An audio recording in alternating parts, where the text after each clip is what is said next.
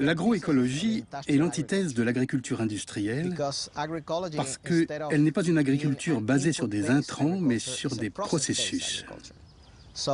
Elle ne repose pas sur des monocultures qui ont besoin d'intrants en énergie, pesticides, engrais chimiques, mais elle s'appuie sur une série de principes comme l'accroissement de la biodiversité, le recyclage, l'augmentation des matières organiques du sol, l'intégration d'animaux, etc.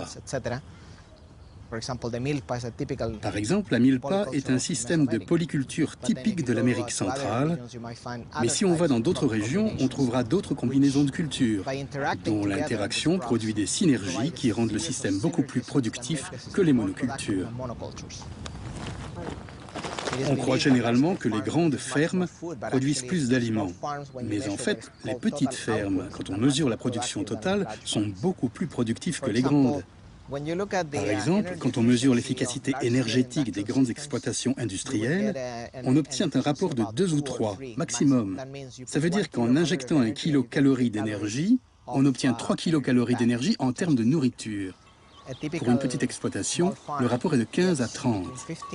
La conversion énergétique est très élevée.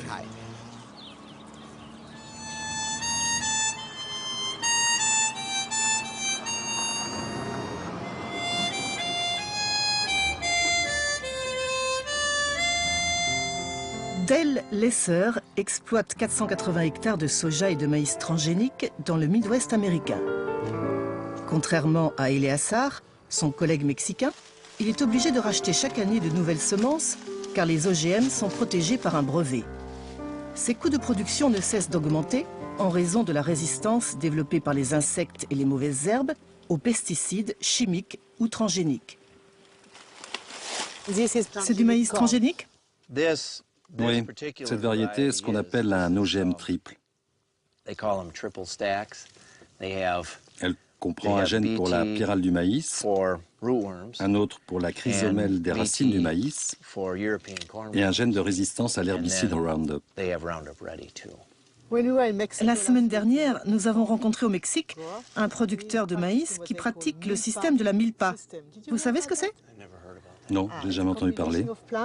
C'est une combinaison de plantes. On cultive en même temps des citrouilles, des haricots et du maïs. Quels sont d'après vous les avantages? J'imagine que si on a plus de biodiversité, on a moins de problèmes avec les parasites. Comme nous avons ici une grande diversité d'aliments pour les insectes, ceux-ci s'attaquent un peu au maïs, un peu aux haricots, un peu aux citrouilles ou aux herbes qui poussent dans la parcelle. Au bout du compte, ils ne constituent jamais un problème. C'est le problème des monocultures. Si tu fais du maïs et du maïs, finalement les parasites sont de pire en pire. Et tu dois utiliser tellement de pesticides et d'herbicides que c'est très mauvais pour l'environnement. Ici, nous n'appliquons absolument rien.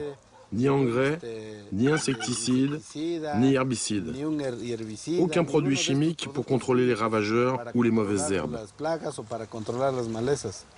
Dès que les mauvaises herbes deviennent résistantes, il faut appliquer autre chose. Et puis on finit par pulvériser toutes sortes de produits.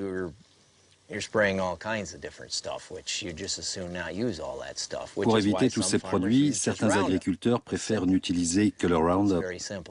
Parce que c'est simple, très simple, tant qu'on n'a pas de mauvaises herbes résistantes au Roundup. Avec la technologie, on s'en sort toujours, mais avec tous ces produits chimiques, on est toujours un peu inquiet. Pour votre santé?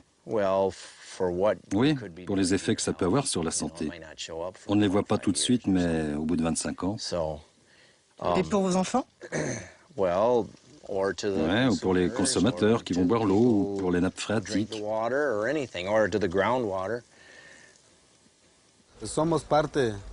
Nous faisons partie de la Terre et nous vivons de la Terre. C'est pourquoi nous ne pouvons pas déverser sur la Terre quelque chose dont nous savons que cela lui fera du mal. C'est un peu comme si nous faisions la guerre à celle qui nous nourrit. Depuis bientôt 30 ans, Eleazar, le petit paysan du Mexique, qui pratique l'agroécologie, et Dell, le grand céréalier des États-Unis, qui pratique l'agriculture dite conventionnelle, c'est-à-dire chimique, sont concurrents.